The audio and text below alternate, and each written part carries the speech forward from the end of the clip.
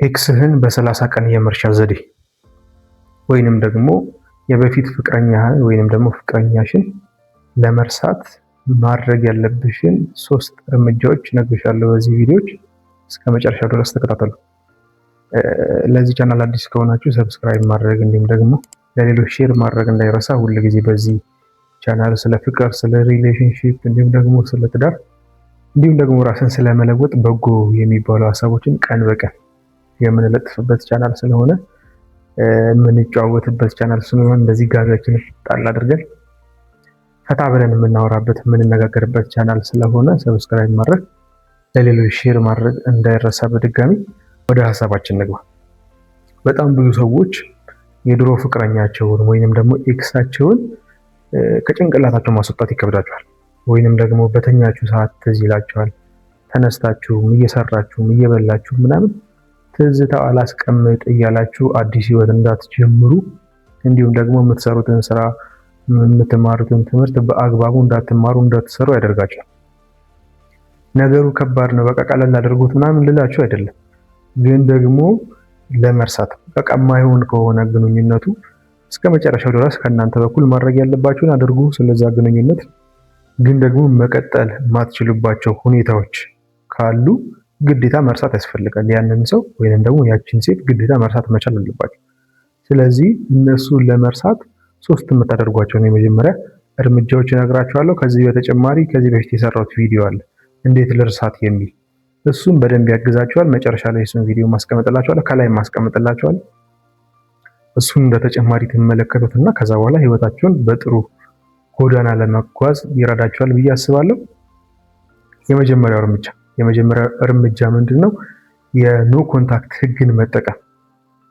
ይሄ ማለት ምን ማለት ነው?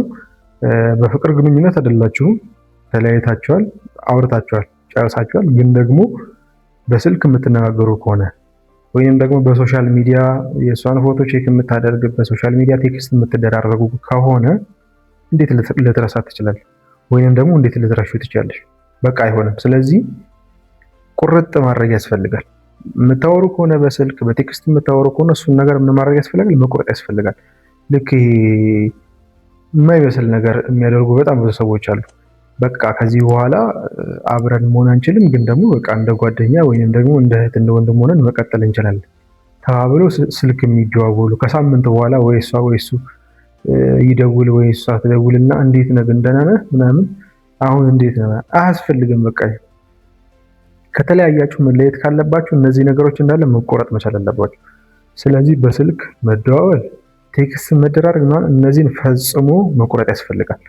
እንደዛ ካልሆነ ምናልባት እየረሳት ወይንም ደግሞ እየረሳሹ ሆነሽ ግን ደግሞ የእሱ አንድ ቴክስት በቃ ብልጭ ትልና ከዛ በኋላ እንዳለ ያሳለፋችሁትን ጥሩ ጊዜ ምናምን የኋላ ታሪኮችን አስባችሁ እንደ አዲስ ደግሞ መከራውን መቀበል ትጀምራላችሁ ማለት ነው። ስለዚህ በቃ ካልሆነ እንዳልኳችሁ እስከ መጨረሻው ድረስ ሂዱ። ግን ካልሆነ ግድ መቆረጥ ካለበት ስልክ ማውራት፣ ቴክስት መደራረግ ምናምን የሚባሉ ነገሮች እንዳለ መቆረጥ መቻል አለባችሁ። ስለዚህ እነዚህን ማድረግ ያስፈልጋል።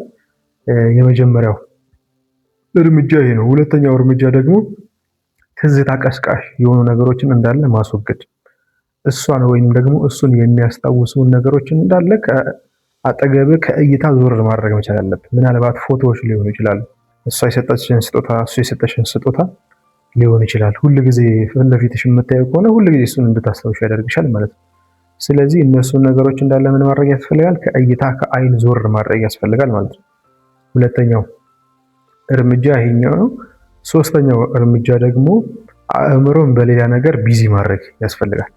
ይሄንን ስል ግን እንዳልኳችሁ ያኛውን ቪዲዮ መመልከት እንዳትረሱ። በቃ የሚሰማን ስሜት ሁሉ ደብቀ እርሳው ምናምን እያልኩኝ አይደለም። ግን ደግሞ ልክ ከሷ በምትገናኝበት ጊዜ ምናምን ያሉትን ሰዓቶች ባዶ አታደርጋቸው። ሌሎች ልማዶችን ገንባበት። ጥሩ የሚባሉ አዳዲስ ስኪሎችን ተማርበት። ምናልባት ጂም መስራት ካለበት፣ ስፖርት መስራት ካለበት፣ ቤት ውስጥም ቢሆን ስፖርት ስራበት። ትምህርትን ማጥናት ካለበት ትምህርትን አጥና። ስራ መስራት ካለበት ስራን ስራ። እነዚህ ነገሮች ለ30 ቀን እነዚህ ነገሮች ሳታቋርጡ ብታደርጓቸው ጥሩ ናቸው ብዬ አስባለሁ። 30 ቀን ብዬ ያስቀመጥኩት ያው የሰው ልጅ የሆነ ነገር ሴት ሲያደርግ በቃ በአንድ ወር ውስጥ በ30 ቀን ምናምን ብሎ ሲያስብ በራሱ ምን የሚሰጠው ኢነርጂ አለ ብዬ ስላሰብኩ ነው። ምናልባት እናንተ ከዛም በላይ ሊፈጅባችሁ ይችላል፣ ከዛ በታች ሊሆን ይችላል። ግን ደግሞ በ30 ቀን በተለይ አንድ ሰው ከ21 ቀን በላይ አንድ ነገር ደጋግሞ የሚያደርገው ከሆነ ያንን ነገር የመላመድ አቅሙ ሰፊ ስለሆነ እነዚህ ነገሮች ያደርጓቸው።